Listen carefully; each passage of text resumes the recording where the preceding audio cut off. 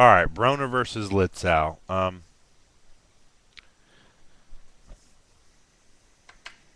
This is a double-edged sword. I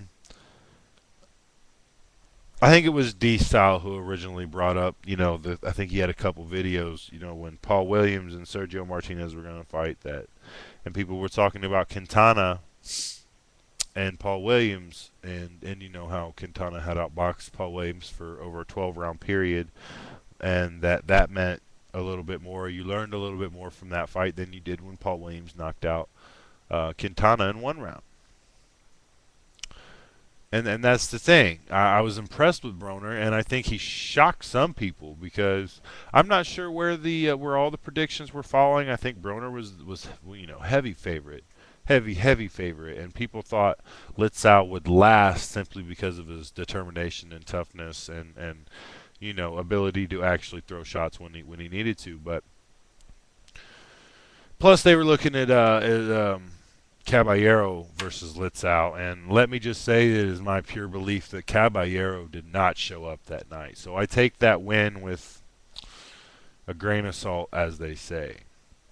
Not that, I'm not trying to take away anything from Litzau with that, but it wasn't as impressive as it would have been if Caballero would have been throwing like Caballero's supposed to throw. One of his biggest weapons we thought going into that was his volume, and it wasn't present. So what did that leave? that left Litzau to win the fight, and good for him. And then he got into this fight, but I think we all knew Broner was the more skilled guy in this fight, and if it came down to skills, Broner was going to win. I'm not sure where the predictions fell. Mine on the fantasy was Broner by KO in round 8. So I didn't get the hat trick, but I got my 2 points, and I'm sure other people did as well. Because I just had a notion that Broner was just going to outbox this guy until a shot really landed good, but that shot came in the first round, and it wasn't just one. He hurt him, but then he got wild, and then ended up finishing the job. It was a good show. He won a fight that a lot of people could have said would have went the distance, and he won it in the first round in stunning fashion. So I give a lot of respect for that. The getting wild thing, people complaining about him, he needed to rein in his punches. Well, he did rein in it. He made the adjustment. I was impressed with that as well. But just initially when he got wild, when he knew he had Litzau hurt, and people were like, well, he shouldn't have go, blah, blah, blah. Don't be so quick to be judgmental over that, because for a guy like him who hasn't really broken into the elite yet, now we can at least say we know he has that instinct in him, that killer instinct, smell blood in the water, the shark. Some guys coming up that we're asking questions about, we don't really know that until they get a tough guy and they get him in that position, whether or not they go after him or not.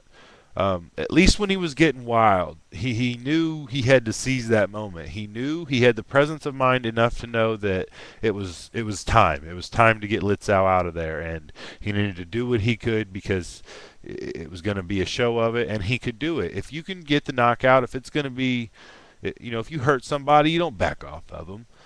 And some people do that. But Broner showed that if he hurts you, he's going to finish you, or at least try. And when he wasn't hitting, he readjusted and came with shorter punches and more precise punches. And he got him the KO, the TKO, whatever.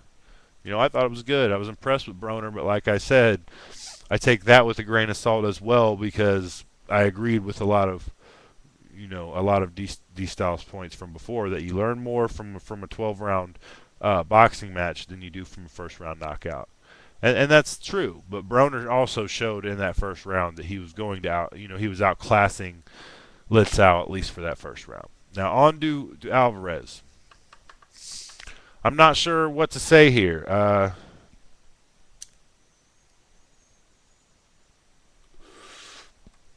I started the video saying that this was going to be a video. Kind of, these were double-edged fights in a way, and it is. It's a good victory. I was impressed with some things. He answered some questions that I wanted answered, but he didn't answer all questions. And I guess I shouldn't expect a boxer to answer all questions right away when we've only heard of him in the past year or whatever. But just because we've only heard of him in the past year doesn't mean he hasn't been around longer than that. With that amount of fights, it's hard. It's hard for me to give him props when, with that kind of record and holding a belt, you maybe should be fighting some better people. But my homie called me before the fight and asked me what I thought, and I did have this to say. Ryan Rhodes was a step up to me. It was a step up in competition level, a baby step up, but a step. And as long as that step's in the right direction, okay. Um, I'm impressed enough and think Alvarez has enough potential that I'm willing to give him another fight. You know, a one more fight pass as far as bitching about his competition. I'm willing to give him one more fight to look spectacular and hopefully against somebody, you know,